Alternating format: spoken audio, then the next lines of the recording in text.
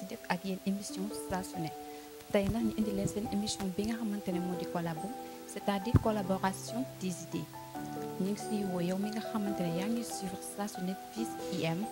ngay yëngu si li nga xamante ne wàllu entrepreneur économie sociale ñu ngi la si woo jàppale émission bi sa émission la moo tax tey ñu indi leen benn daanaan boo xamante ne muy Seynabou Camara ñu bëri xamee ko si Nabou Ferdy Kids c'est une femme battante leader créatrice de Ferdy Kids dama koy bàyyi bu nuyoog ak yéen Nabou ñu ngi lay nuyu. Ah oui, Maguette, maa ngi lay fay. Ça va, tu vas bien? Ça va, je vais bien aussi. Super. dañuy jublu si première question bi. Si on voulait savoir qui est Nabou lan nga ñuy wax. Bah écoute, y a pas grand chose à dire. Donc comme ni nga ko résumé rek, donc je suis Seynabou Camara, journaliste communication de formation. Donc je travaille actuellement comme assistante de direction et je suis l'initiatrice de la marque Ferdy Kids comme tu l'as dit. Voilà. Est-ce que yaa ngi yëngu si li nga xamante ne comme ni nga ko waxee mi formation communication et journaliste. Oui, bah en fait j'ai déjà fait ma formation, ça fait un peu longtemps. Entre-temps donc voilà may woon les stages et tout jusqu'à présent donc may liggéey en tant qu'assistante de direction mais quand même je suis toujours dans la communication dans le journalisme parce que je travaille freelance. Voilà. Ok. Est-ce que vous pouvez nous dire comment vous avez fait pour créer li nga xamante ne moo di Ferdy Kids. Alors Ferdy Kids donc déjà idée bi fu mu ñëwee bon dama xalaat xale yi en général au Sénégal les enfants joxuñu leen gëdd bi comme ni mu waree tu vois. Déjà yow Maguette en tant qu'intellectuelle donc en tant que femme intègre doo nangu jox sa doom nga koy bàyyi muy dem au marché muy dem naan day dem lépp ji ci biir marché. wala mu ne day dem je sais pas moi outillé ou autre donc c'est la toog xalaat ma ne Sénégal xale yi toppatoo ñu leen comme ni mu ko waxee donc dañ leen di bàyyi ñuy traîner un peu partout ma ne pourquoi ne pas créer une structure bi nga xamante ne c'est spécialement dédié aux enfants léegi dina wàññi au moins taxawaalu bi xale yi di taxawaalu risque de vol d'enfants de viol ou autre yëpp dina wàññeeku léegi donc par rapport à ça c'est lañ xalaat ne donc dañuy créer Ferdy Kids structure bi lépp lu xale di soxla dañ koy def en fait actuellement ñu ngi ci vente habillement sac dàll mais li ci gën a neex c'est mode consommé local donc dañ ko def tradi moderne voilà du coup Ferdy c'est le diminutif du nom de mon père Ferdinand Kids enfant en anglais d'où le nom Ferdy Kids voilà. Depuis kañ nga ko créé. Bah c'était en fin 2021 décembre 2021 voilà. bi nga ko créé. boobu da nga soxla woon ay aide ou bien vous l'avez fait tout seul. Bah en fait jusqu'à présent j'en ai besoin soxla na aide mais bon vu que mën nga déposer ci structure financière yi nga xamante ne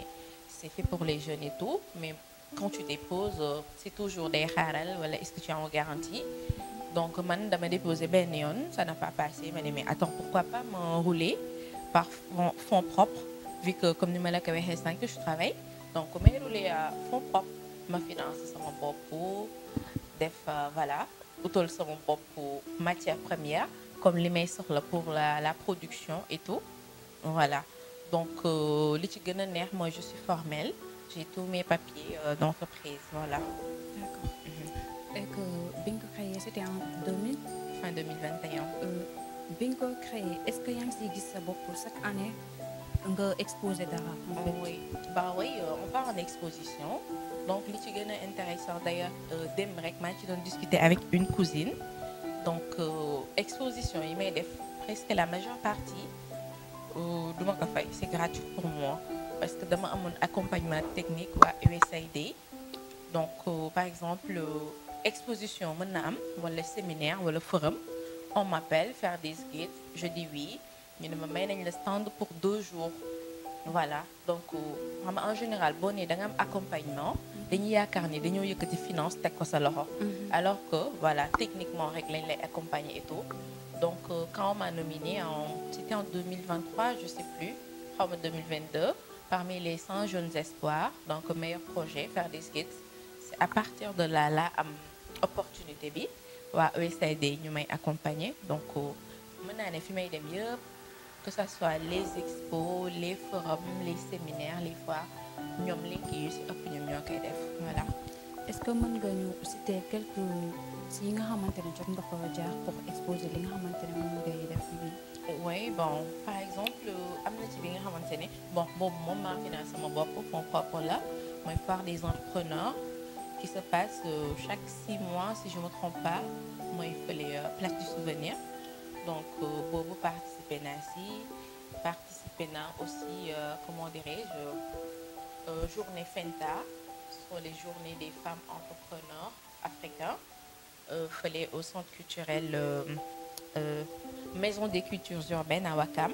boobu aussi l'exposition c'était gratuite l'année passée aussi j'avais une expo gratuite même endroit bi Maison des cultures urbaines bon fàtte naa sax d'ailleurs c'était à quelle occasion mais quand même participer naa si donc participer naa il y a beaucoup de femmes mais damay fàtte tur yi voilà. léegi si nga jot a participer bi ma mujj participer. mooy le festival Kom-Kom qui se passe à Ziguinchor chaque année sous couvert de la ville de Dakar et l'association qui s'appelle Góorgóorlu Kom-Kom voilà. léegi comment vous avez fait pour participer waaw comme je t'ai dit c'est USAID bi ñu ma nominé en tant que 600 jeunes espoirs yi quand on m'a nominé donc ñoom foofu lañ ma repéré man dama leen contacter aussi donc ils m'ont fait savoir que ni duñ ma jox xaalis bi may demee pour mon projet et tout mais accompagnement technique bi mooy tey jii ñu ne foire de Dakar am na stand yi may nañ ko les jeunes on t'appelle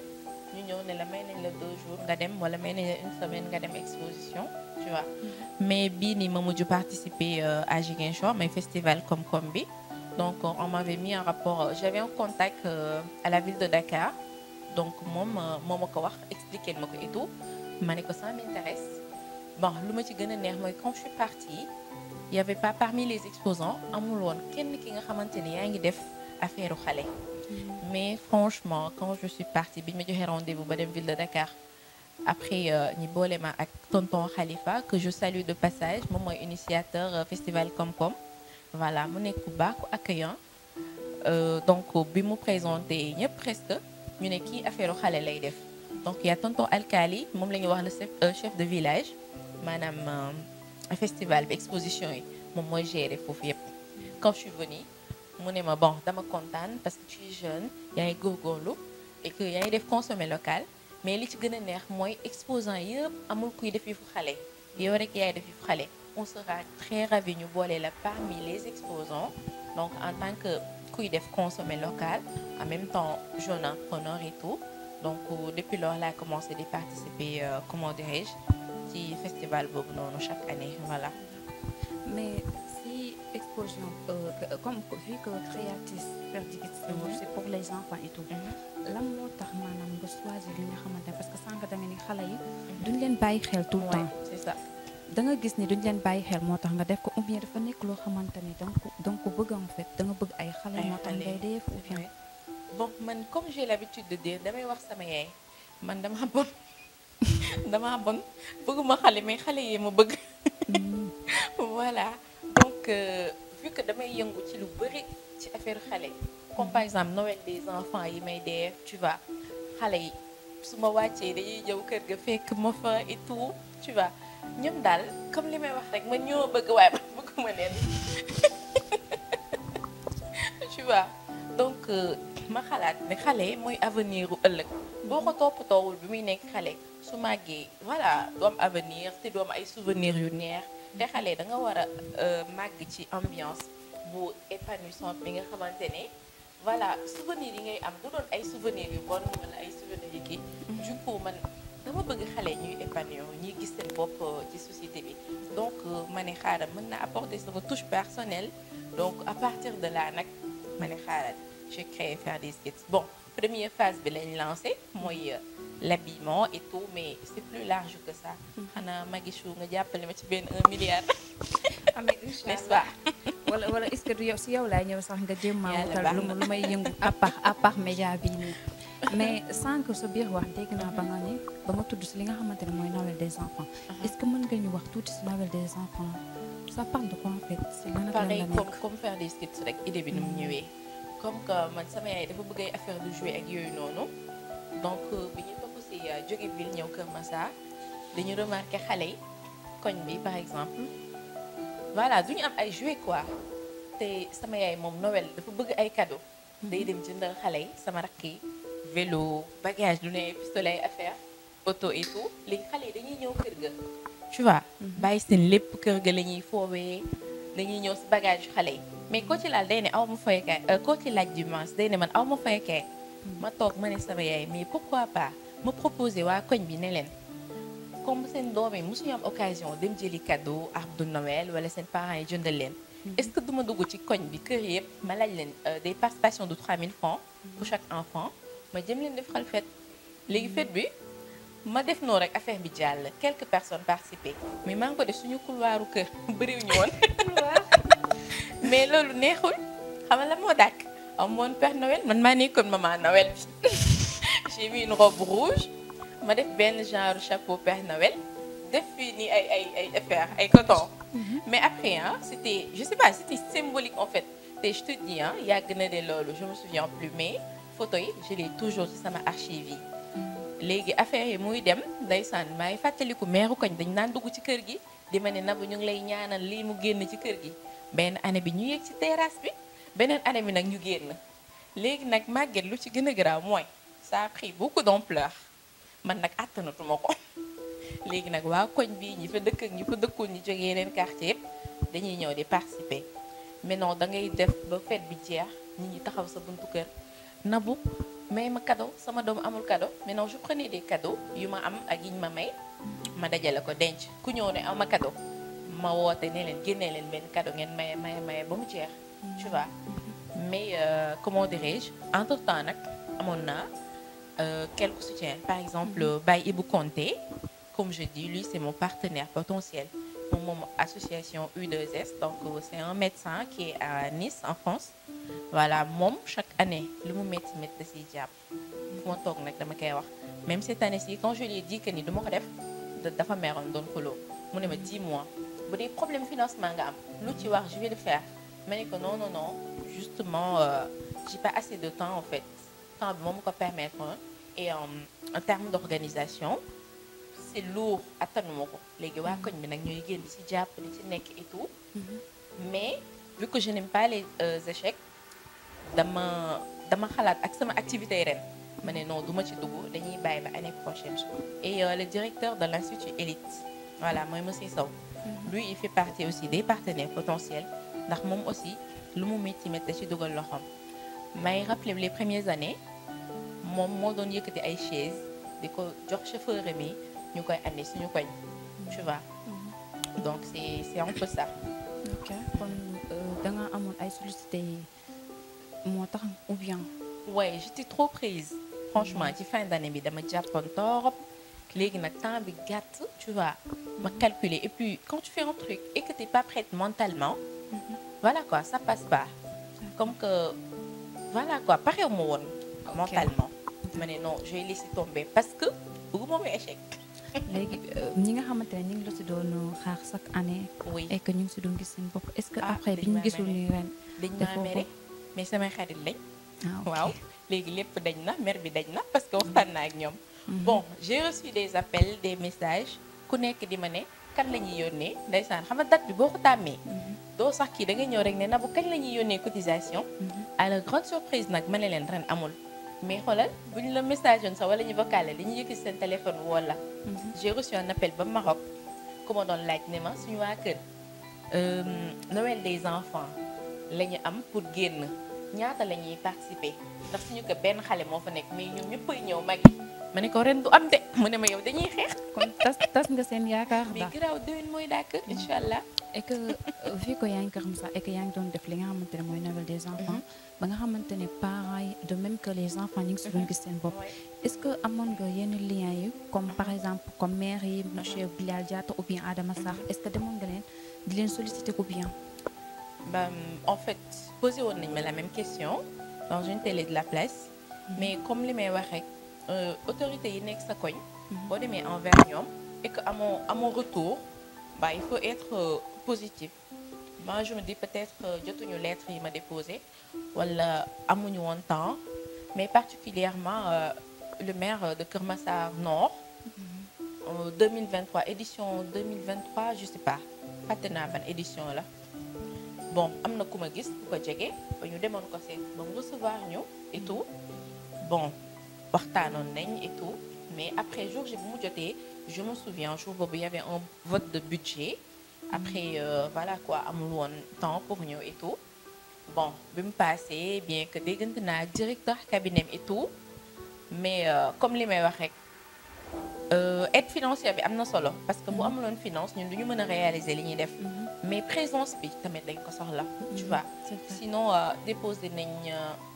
mairie Keur Massar Sud déposé woon nañ aussi conseil départemental bi tu vois mais bon juste là nag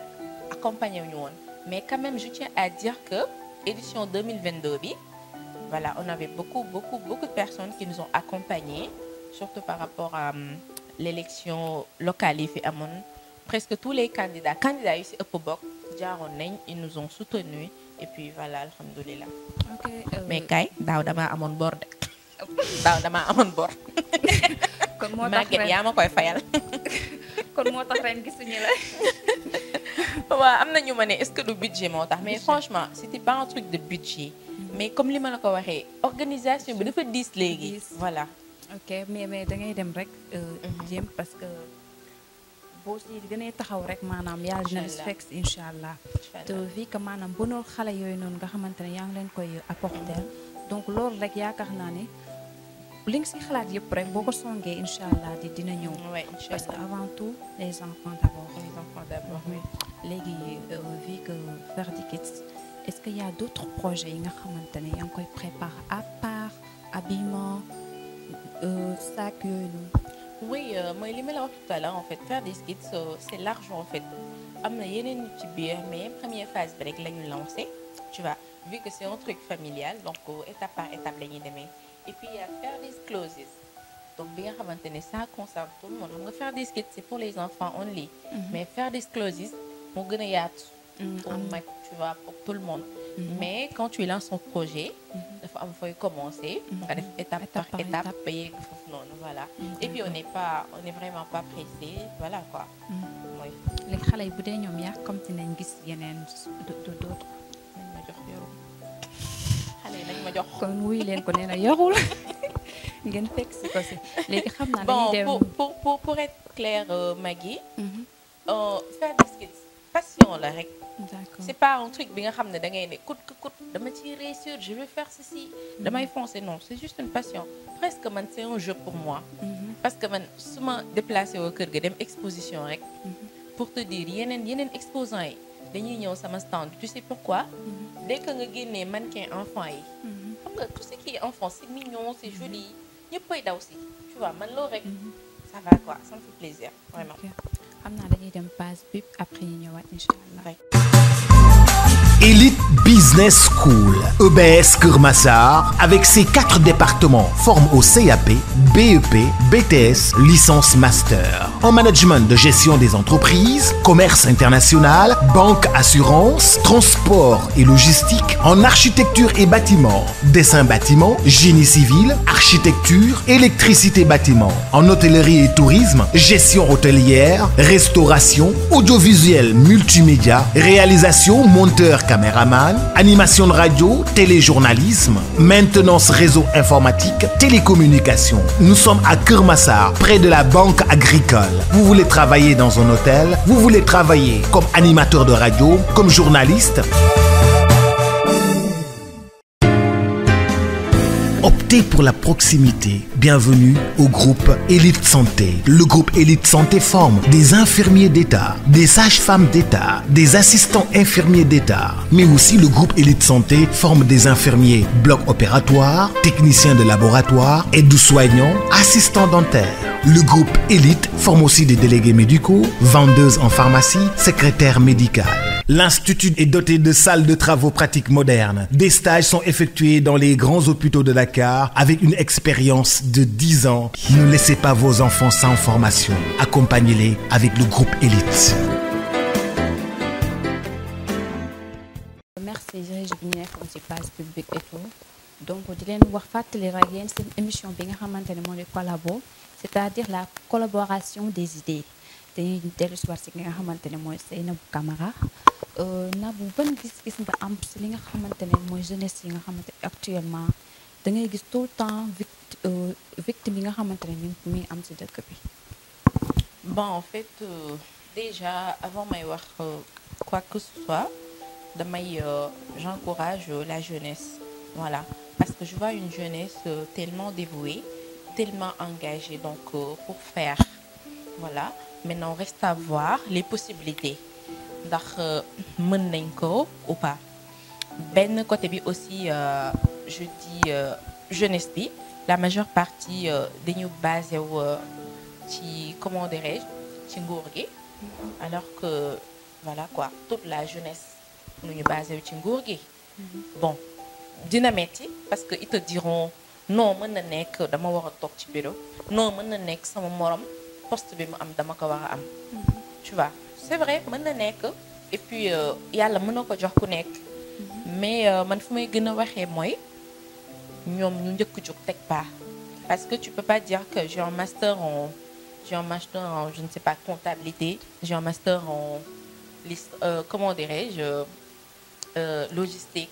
ou un commerce international rek nga toog sa kër non ça se passe pas comme ça état bi du dugg sa kër fëgg la ne la magi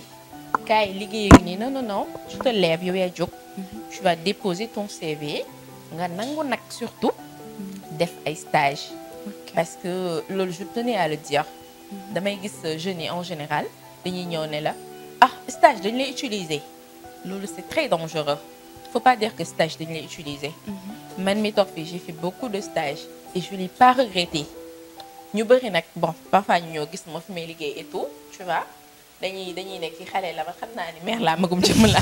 mais ñoom dañuy nekk ki xale bi tuuti daa gaaw a liggéey alors que c'est pas ça j'ai fait beaucoup de stages léegi stages yooyu noonu moo ma permettre ma mën a bokk ak mag yi ndab parce que bu nekkuloon stage yooyu ngay def tu n'auras pas d'expérience doo am compétence les écoles l'université les centres de formation c'est en majeure partie la théorie donc doo def pratique bu bari stage moo lay permettre nga def pratique n'est-ce pas donc c'est ça li ma leen di wax yéen jeunes yi vous la jeunesse mooy ngeen jug ngeen teg pas avant que l'État ne vienne vers vous yéen teg pas comme entrepreneuriat bii nii ñuy waxtaanee mais gis nañ fi ñi nga xamante ni ci ginaar la ñuy jaay mais bon dañuy def ay chiffre d'affaires yu mag moi je connais beaucoup de personnes yi nga xam ne si loolu lañ jaar il y a une dame que je vois sur internet je la connais pas mais saa yu ma gis vidéo damay kontaan celle qu'on appelle Khady Légumes mais xoolal fi mu commencé des légumes à l'agriculture des légumes à je sais pas moi lépp mu ngi koy def élevage et tout donc jeunesse bi nañu jóg jéem a góorgóorlu aussi état jàppale leen teg leen loxo. mais comme li nga wax noonu ni da ngay dem déposer ji. pour am stage nga jëngu si jaar si stage d'abord. mais tey ji da ngay gis boo demee ba déposer tey ji duñ la jël. stage sax doo ko gis par la majeure partie pour dire vrai parce que am na ñu ma si jot a dégg. dañuy dem déposer mais stage boobu rek. waxuguma sax loo xamante ne si liggéey mais stage boobu noonu pour ñu am ko rek c'est tout à fait un problème parce que da ngay dégg ñu ne tout un bras long loolu la ñuy wax parce que tey yaa ngi wax parce que da nga ne da ngay dem déposer nga am stage pour nga mën a avancer parce que état du moom moo lay fekk si mais tey jeunesse yi ñu ngi dem pour déposer stage mais mënuñu ko am aussi donc stage déjà ku ci mel ni yow par exemple est-ce que mës nga déposer stage fan wala non le nom d'emprunt c'est pas grave dama la bëggoon jox rek benn exemple comme les jeunes par exemple bon ñëpp bëgg nañ lu rëy ñëpp bëgg nañ am lu rëy pour ton premier stage da ngay bëgg décrocher je ne sais pas moi benn ministère wala benn entité étatique bu mag a mag non da ngay commencer si yu ndaw yi même les multiservices bu leen ko xeeb vous savez pourquoi parce que multiservice yi xaw ma jokkalante la ñuy wax xaw ma échange bi ngay am ak nit yi rek loolu c'est une formation parce que déjà nit ki fekk la foofu nga wax ko defal benn transaction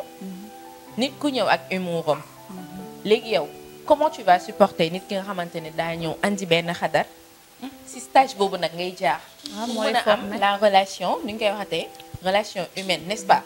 donc bul ñëw rek bëgg am stage benn je ne sais pas moi assemblée wala autre da ngay commencer si yu ndaw ndaw yi ngay monter ndànk-ndànk ba nga yegg foofu noonu comme maanaam doo xeeb leen voilà doo xeeb leen loo am nga jël tu vois boo gisee benn multiservice bu ko xeeb nga dem defee foofu stage tu vois nga gis benn je sais pas kenn kuy def agriculture mu jaral la nga dem ba ci toolam yi nga defee foofu stage bon waxuma la je te dis pas que nga bay parce que bay ñëpp mënuñu ko mais est-ce que xam nga ni ñiy def agriculture léegi c'est des ingénieurs en agronome xam nga loolu ñu génnee université génnee dans de très grands centres de formation donc kooku boo ko toppee rek am nga benn expérience bi donc faut pas xeeb quoi comme maanaam comme ni ngi leen di expliquer comme maanaam bu leen xeeb li nga xamante ne moo di stage donc lépp loo def parce que bu dee école tamit théorie la donc il va falloir que nga dem déposer pour nga def pratique parce que pratique bi mooy tax tey mën nga def pratique sax ci benn entreprise boo xamante ne prévoir sax pour liggéey fa mais stage boobu nga fay def mu gis ni yow jàmbaxte nga yaa ngi def effort et tout donc mën na dem ba jël la fa sax ou bien mu wut koo xamante ne boole na la ko parce que bu leen xeeb benn métier ou bien benn stage boo xam parce que tey ñu bëri tey dañ naan stage boo ko defee dañ lay utiliser comme ni nga ko waxee sànq dañ la fay mais il ne faut pas chercher l'argent bul xool xaalis bi nga xamante ne moom lañ la war a fay surtout booy débuter mais surtout expérience bi nga xamante ne yaa ngi ko fay am parce que loolu yaakaar naa mooy li première chose beneen bis toog na c'est ça jigéen ñi nga xamante ne tey dañuy toog parce que vu que yow yaa ngi nekk assistante de direction mais n'empêche que yaa ngi yëngu si li nga xamante mooy entrepreneur yaa ngi chercher leneen parce que tey jigéen ñu bëri tey dañuy toog croiser les bras sama jëkkër moom war a defar lii woo ma defar laa non parce que tey boo ñëwee rek sa néeg bi nga nekk d'abord boo xoolee foofu noonu am na loo xamante ne mën nga koo jël jaay ko ek nga fay liggéey di gagner de même que sa jëkkër di def yow tamit ngay def donc si jigéen ñi nga xamante ne parce que da ngay gis cérémonie yi xew nit day ñëw yoruma xaalis mais boo demee assister si cérémonie bi rek jigéen ñi millions yi ñu fay yàq la yebbi national yebbi national parce que ñoom dañ naan dama war a joxe teranga alors que yaa ngi yor sa doom boo xamante ne mi ngi si kër gi nga wax ko jéem a jàppale si lenn loo xamante ne tey sa doom mi ngi ñëw yoru amul liggéey mais yow comme ni nga ko waxee sànq jigéen bi nga xamante ne mi ngi jaay liggéeyam wala ki nga xamante ne mi ngi yëngu si li nga xamante ne mooy mi ngi yàq ay ginaar di jaay donc yow sa doom boobu bu ñëwee tey da ngay gis sa doom da lay solliciter yaay dama bëgg a def lii nga ne ko yoruma léegi nga yor sa doom bu jigéen xew jot nga yebbi est-ce que nan ban conseil ngay jox jigéen yooyu nga xamante ne ñu ngi jël xaalis boobu di ko yàq foofu noonu en fait avant tout je suis femme je suis sénégalaise et en tant que sénégalaise am nañu suñuy réalité d'accord bon je ne suis pas contre le yebbi mais ak la façon donc mënuma d'accord ki nga xamante ne en tant que jigéen ngay liggéeyoo defoo dara mais nga dajale sa natt bi nga xamante ne je sais pas moi peut-être ci sa jëkkër nga ko soutiré wala ci sa frère dajale sa benn natt bu 500 000 tu attends juste benn fan pour nga yebbi ko loolu laa xam ne man d'accord oo ci parce que justement yoroo ko moo tax mënoo ko def mais non elles vont me dire que non yéen ay tubaab ngeen non c'est pas une question de tubaab mais c'est pour que yow nga jàppale sa bopp parce que boo duggee natt ba nga dajale sa 500 000 wala 1 million mais loolu fonds de commerce la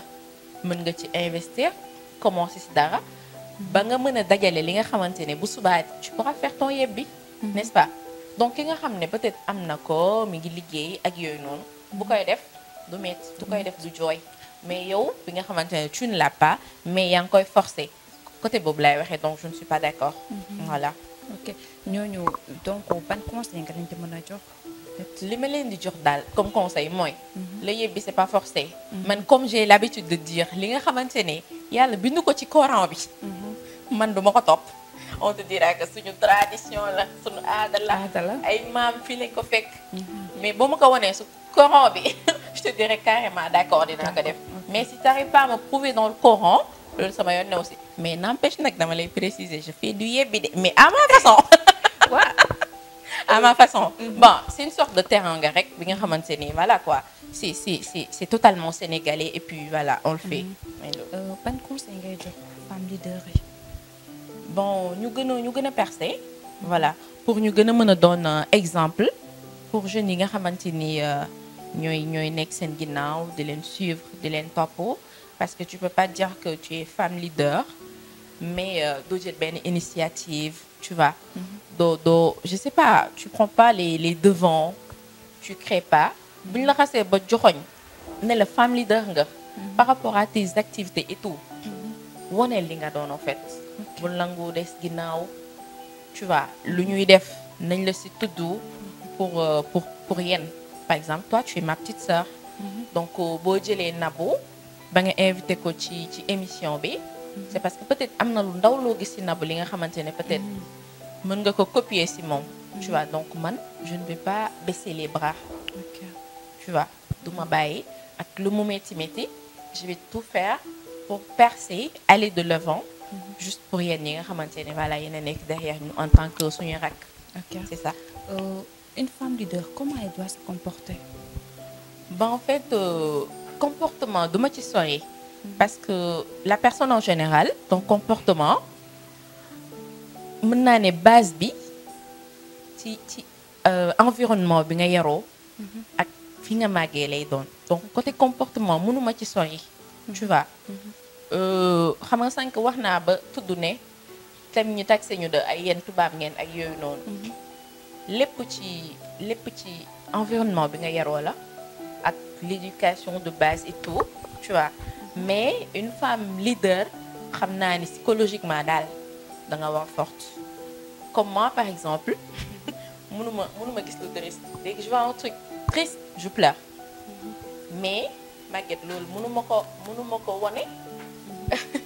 ci grand public bi kon lan la ñuy wax kii di jaay ay femme leader kii di jaay nga ne nekkete faible la tu vois donc côté boobu moom mën naa ci wax mais quant à nit ki nu mu war a comporter woo ak yooyu noonu mënuma ci sori parce que su ma koy wax rek c'est comme si dama bëgg nit yëpp nekk à mon image te man je ne suis pas parfaite je ne suis pas je sais pas beaucoup de trucs tu vois voilà am nga yenn relation yi ak artistes yi ou bien oui bon oui beaucoup d'artistes c'est mes amis mes potes et tout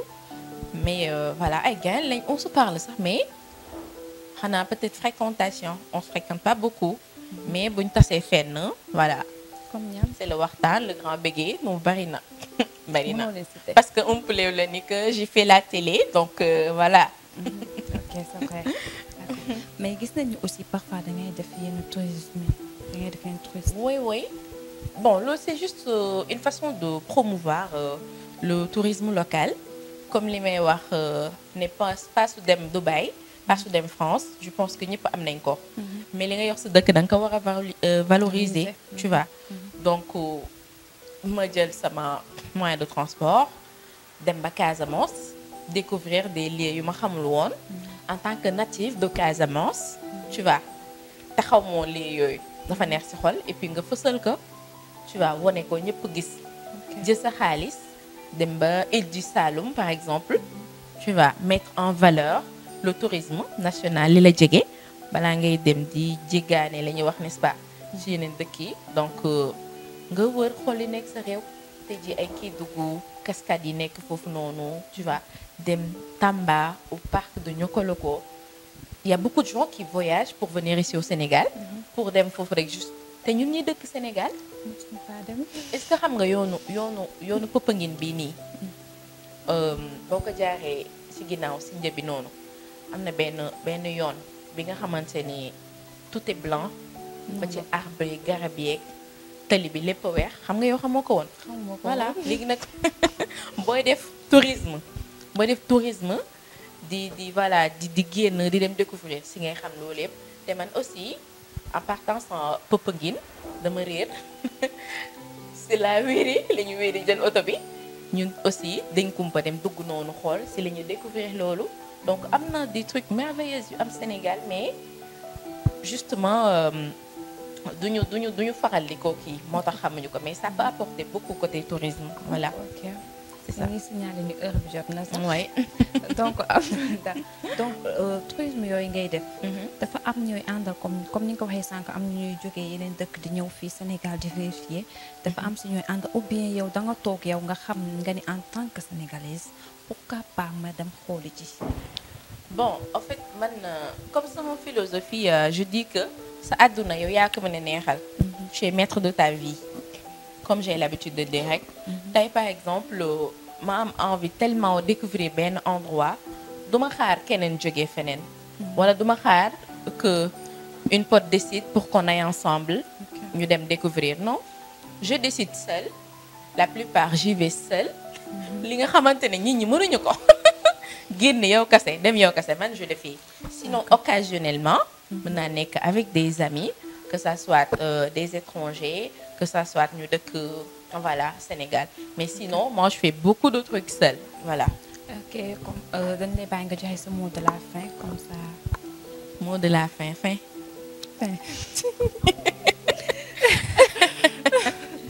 Megichou en fait le mot de la fin c'est simple donc ñu ngi fi doon wax affaire aux jeunesse yi et tout donc man comme li may wax xale yi naan mon combat c'est la jeunesse. L'entrepreneuriat jeunes yi franchement man dama bëgg ñu gën a am engagement déterminé à faire des trucs tu vois donc ku ci nekk quartier bi nga nekk ci li ngay yëngu nga fës ñëpp xam ko bul xaar keneen jóge feneen ñëw gérer la sa koñ boo commencé sa koñ est-ce que xam nga si lañ lay xam nànk-nànk ngay développer ba yegg li waa ji doon wax rek ki fi nekk député tey ki fi nekk entrepreneur bu mag wala nekk je ne sais quoi moi ci quartier ak koñam la commencé di teg ay initiative ba mu yegg foofu donc la jeunesse mon combat et je vous encourage voilà. D'accord. Merci Maggie pour l'invitation. ok merci Nabou ñu ngi lay jaajëfal bu baax a baax si ak li ñu accepter si invitation bi tout ñu ngi la siy jaajëfal bu baax a baax di leen wax ni comme ni ngeen ñoo ko déggandoo c'est une femme modeste d'abord une femme battante leader yaakaar naa ni ku suivre émission bi rek muy jigéen wala nga leneen loo mënti doon yaakaar naa ni di nga si am njariñ donc di leen jaajëfal di leen wax ba beneen yoon incha allah di nuyu aussi techniciens yi nga xamante ne ñoo nekk IM aussi di nuyu ñëpp ku lim juum